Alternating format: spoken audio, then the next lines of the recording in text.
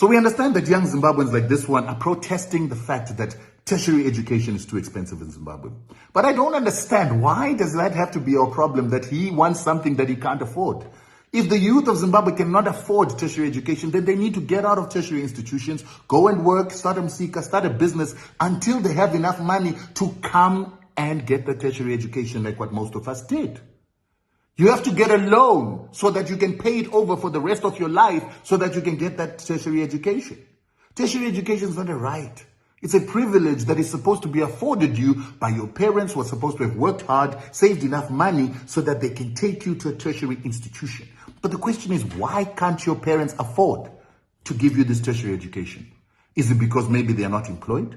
And are they not employed because they did not create the jobs that are supposed to employ them and you and your relatives? Or is it because of the sanctions that destroyed the companies that would otherwise have employed them or even given you a scholarship? Or is it because you support the party that actually brought the sanctions that stopped your parents from having the jobs and that have killed the companies that would have sponsored your education before?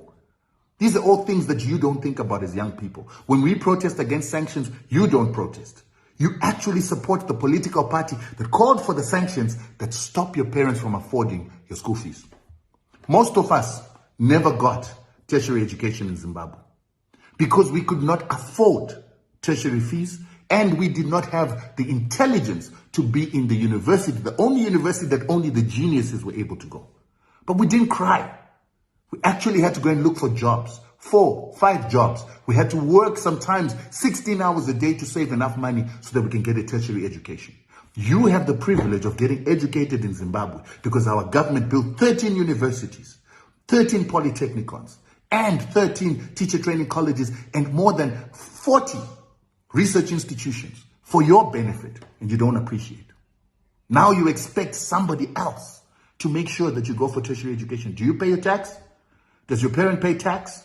Do your relatives pay tax? Because only 9% of Zimbabweans pay taxes to ensure that you can have this subsidized education. Vote right.